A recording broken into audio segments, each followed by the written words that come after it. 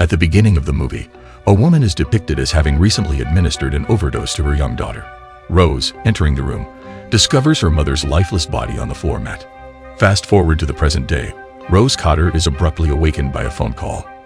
Now employed as a therapist, she has a session with a frenzied patient named Carl, who incessantly talks about death and his imminent demise. Despite Rose's attempts to reassure Carl that his experiences, though intense, pose no real harm, he continues to express distress. Shortly thereafter, Rose receives a request for an appointment with a young woman named Laura Weaver. A doctor briefs Rose on Laura's case, mentioning her involvement in a gruesome incident the previous week. In this tragic event, a school professor took his own life in a horrifying manner using a hammer, with Laura being the sole witness. When Rose meets Laura, she finds her huddled in a corner and introduces herself. Rose endeavors to soothe Laura and delve into her experiences.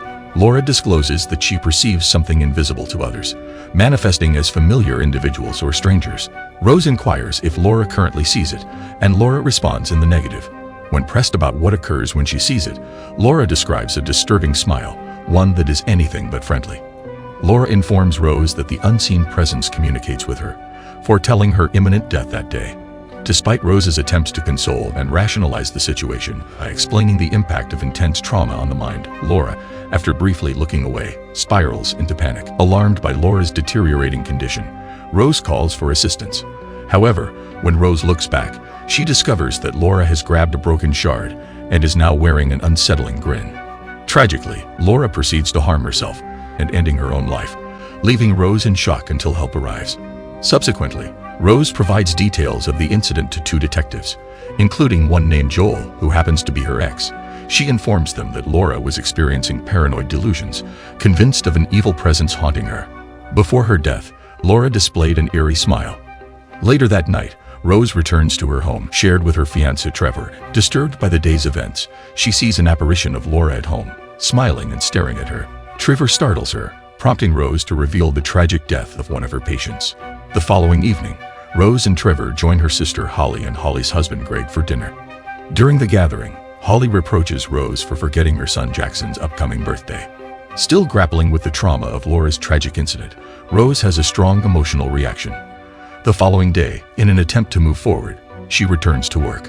Rose goes to the reception to request the police report for another incident involving Laura. While perusing the report, she receives a call from her sister Holly, and they reconcile, expressing apologies for their earlier argument. As Rose gazes out the window, she believes she sees someone resembling Laura in the distance. Holly requests that Rose at least pick up a birthday gift for Jackson. Later, as Rose passes Carl's room, she observes him with a disturbing smile reminiscent of Laura's. When she tries to communicate with him, Carl repeatedly issues warnings, stating, "You're going to die." Distressed, Rose calls for help, only to find Carl peacefully asleep upon the arrival of assistance, leading to his restraint. Dr. Morgan Desai, Rose's supervisor, expresses concern about her mental well-being and grants her a paid week off. On her way back home, Rose stops by a shop to purchase a gift for Jackson. That night at home, she is startled when the security alarm suddenly goes off. After deactivating the alarm, she discovers the back door of her house is open. The phone rings, and a woman claiming to be from the security service asks unsettling questions, revealing herself as a malicious entity that taunts Rose. In a chilling turn of events, she instructs Rose to look back, and the phone rings again, leaving Rose in shock. As Rose listens to Laura's recording later, she discerns a peculiar voice within it.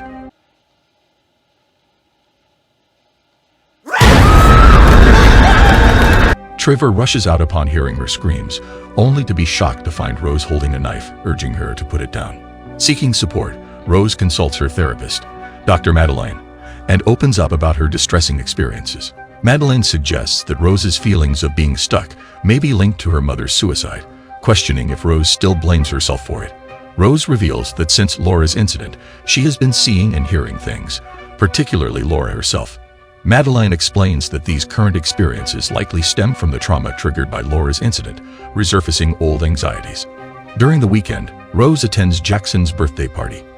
However, when Jackson opens her gift expecting a toy train, he discovers a dead cat instead. Rose, shocked, tries to convince everyone that she didn't cause it. Amid the chaos, she perceives one of the other moms displaying the entity's evil grin, invisible to others. Startled, Rose stumbles backward and falls through a glass table, requiring medical attention and a visit to the hospital. Morgan, learning about Rose's episode, visits her and suggests she take time off work. Upon Trevor bringing her home, Rose attempts to articulate her belief that an evil force or energy is threatening her. She explains that it caused harm to her patient and is now attaching itself to her. However, Trevor dismisses her claims, attributing them to her supposed mental decline and accusing her of causing harm to Mustache. Undeterred, Rose launches an investigation, delving into information about Laura's professor, Gabriel Mulios. During her search, she hears a faint voice calling her name. When she turns off the lights, she recognizes the voice of her deceased mother standing behind her. The next day, Rose visits Gabriel's widow, Victoria, who discloses that Gabriel had experienced haunting visions before mysteriously disappearing and eventually being found dead. These visions involved something attempting to get inside him. Victoria shares sketches and a painting related to Gabriel's experiences, explaining that they began after he witnessed a woman die by suicide. When Rose mentions her own similar experiences, Victoria misunderstands and accuses Rose of mocking her tragedy, demanding her to leave. Undeterred, Rose seeks help from Joel in her investigation, asking him to find out if Gabriel had been involved in any recent police reports. Initially reluctant, Joel eventually agrees to assist her and discovers Angela Powell's case. Angela died by gouging her eyes out, and when they investigate further, they find security footage showing a man impaling himself in front of Angela. Upon rewinding the footage, they notice a creepy smile on the man's face. The investigation takes a chilling turn, revealing a disturbing pattern in these tragic events. When Rose returns home, she discovers that Trevor has called Madeleine for a house call session due to concerns about her mental state. Rose, feeling the weight of Trevor's apparent focus on appearances, sharply rebukes him, accusing him of prioritizing how she makes him look. This leads to a heated argument, culminating in Rose storming out and ending their relationship. Seeking solace, she visits Holly and shares her belief that she's been cursed, explaining how it was transferred to her through Laura. Holly dismisses Rose's claims, attributing them to a breakdown, and draws parallels to their mother's struggles. Rose, in response, expresses resentment, highlighting that she had to care for their mother until the end without Holly's support. Returning to her car, Rose appears to see Holly approaching, but it turns out to be the malevolent entity haunting her. Later that night, Joel contacts Rose, revealing that he has found 20 similar cases with a direct connection among the victims, minus 19 suicides and 1 murder. One victim, Robert, witnessed his business partner's suicide, and 4 days later, killed a stranger woman. The eyewitness to the murder then committed suicide, and the pattern continued. Rose and Joel visit Robert in jail, where she fabricates a story about being a therapist with a patient who recently experienced a suicide. Robert, intrigued, asks her to make Joel leave so he can share what he knows. Once alone, Robert explains that the only way to break the chain is to kill someone else in front of a witness, thereby transferring the curse. The revelation adds a sinister layer to their investigation, leaving Rose and Joel with a disturbing choice to make. When Rose informs Robert that she cannot bring herself to kill anyone, he panics, believing she brought the entity with her. This leads to his restraint. Returning home, she receives a call from Madeleine, which she ignores, followed by a text from Trevor suggesting they need to talk. Madeleine later visits Rose's house, expressing the need to establish that Rose is not a danger. An impromptu therapy session ensues, and during a call, Rose is shocked to hear Madeleine's voice on the other end, only to realize it's the entity in disguise, grinning and ominously stating that it's almost time. Feeling she has no choice, Rose drives to her workplace with a knife. She enters the building, locates Carl's room, and upon his terrified reaction, attempts to calm him. Morgan intervenes, witnessing Rose harming him. In a nightmarish twist, Carl appears to scream and tear his face off, but it's revealed to be a horrific vision experienced by Rose after passing out in her car. Morgan approaches, urging Rose to come inside, but she drives away. Spotting Rose with a knife in her car, Morgan receives a call from Joel, and Rose tells him she must isolate herself to prevent the entity from spreading. Joel inquires about her location, but Rose disconnects the call. She arrives at her childhood home, where her mother died, finding no electricity. Upon entering her mother's room, Rose experiences a flashback of her childhood, recalling her mother's plea for help, which Rose had previously denied. In the darkness, she hears sounds and discovers her mother crying in the room. Rose, in her childhood home, rises and apologizes to her mother, acknowledging that she hasn't been a good daughter. Her mother questions if Rose is ashamed of her and why she didn't save her. Rose confesses she was afraid of her mother, considering her a monster.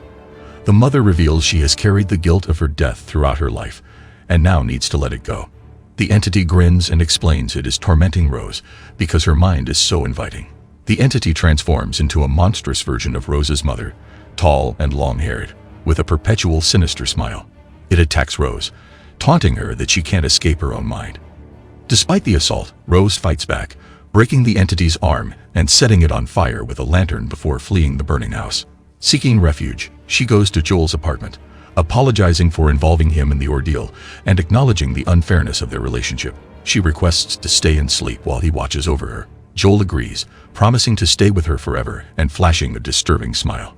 However, his demeanor suddenly shifts as he rushes to attack Rose. Fleeing from the assault, Rose finds herself back outside her mother's house, trapped in a nightmarish loop of the entity's torment. In a chilling turn of events, Joel calls out to Rose, prompting her terrified retreat back into the house. He urges her to open the door, and once inside, Rose once again confronts the entity. The entity, in a grotesque display, tears off its face before stretching Rose's jaw open and entering her mouth. Joel breaks through the door and enters the house, only to discover Rose dousing herself with kerosene. As she turns around, she flashes her own creepy smile, and in a horrifying conclusion, she ignites herself. The movie concludes on this haunting and tragic note. If you enjoyed this video, check out another video popping up on your screen now.